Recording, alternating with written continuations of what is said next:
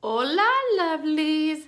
Today's Soulful Sunday Insight is about a current events. Well, it's not about a current event, it's about an event that happened recently. I learned that Zuckerberg, sorry if I messed up your name, dude, but the guy who came up with Facebook has decided to change the algorithms to Facebook. And I'm in love with that idea. So that's kind of odd for you to hear from me because I'm an online business. My services are delivered across the interwebs to humans. And the way that lots of people like me find their people is using Facebook ads. I decided actually not to do that. Something about that was icky for me. I don't know why. But I do know how, if I wanted to, chase you around the internet. If you come to my website, there's a thing called a Facebook pixel that attaches to your internet identity. And if I wanted to, I could turn on ads that would follow you across all your screens, across all your experiences, so that you would remember who I am. But I decided not to do that. Don't know why. So, I'm speaking up I'm speaking up for his stand to change Facebook so that you're not, so that advertisers aren't screaming at you. I think that's a good thing. So, I'm challenged by Facebook, right? Because I see my own reactions to it. Somebody unfriended me, somebody, like blood relatives, which is fine. If I'm not for you, please do go away. Did anyone see this? Does this matter? Is this making a difference? Those sorts of internal conversations are going on in my head. But what sort of concerns me even more is actually the digital landscape and how we are our children and our children's children. So I'm looking at this from my granddaughter's perspective. What is the social fabric, this interweb, going to do to how they build relationships? And this concerns me because the quality of relationships is the single biggest predictor of your happiness. So I'm nervous. Here's why else I'm nervous. I'm reading this book called Before You Know It by John Bargh. So he references the research of Shira Gabriel and her colleagues at the University of Buffalo.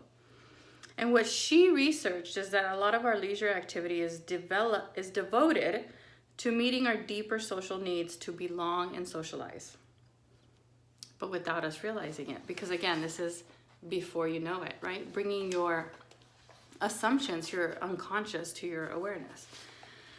So he cites that the Department of Labor from 2003 to 2014 figured out that most of adults' leisure time was spent in solitary activities. And it made them sort of scratch their heads because they're like, hold on.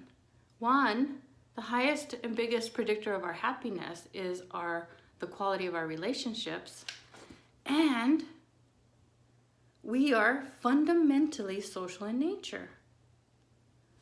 So what's sneaky about this? Here's what's sneaky about it. Only 13% on average of the time that we have is devoted to socialization. And they tried to figure out why. And here's why. It's because these non-social activities like watching TV, watching movies, reading books, which I'm a huge fan of, being on the internet, make us think. Deep down, unconsciously, fulfill those social needs, fulfill those needs for belonging. They make us feel like we're spending time with the people on TV, and they satisfy the need for real social contact. So if you're watching a lot of TV,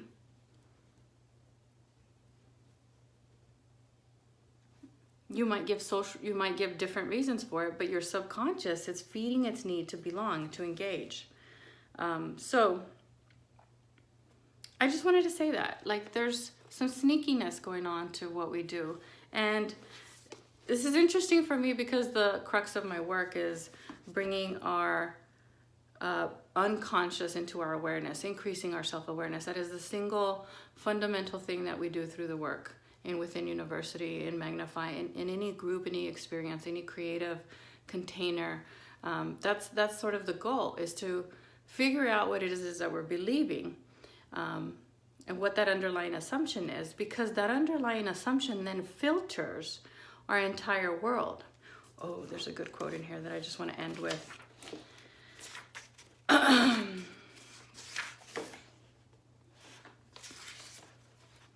The future is a world limited by ourselves. In it, we discover only what concerns us. And this is from Maurice Maeterlinck. So knowing what you value and knowing what matters to you helps you filter, helps your mind filter, determine what it is that you're going to see in the world. So I'm with you today to applaud Facebook for changing. I don't know how they're going to change, but it fills me with lots of hope, because we're fundamentally social beings. There's been new research that actually says that Maslow's hierarchy of needs actually doesn't have safety at the bottom, food, shelter, clothing. It actually, the most recent breakthroughs say that the bottom lever, that very base need, is actually belonging.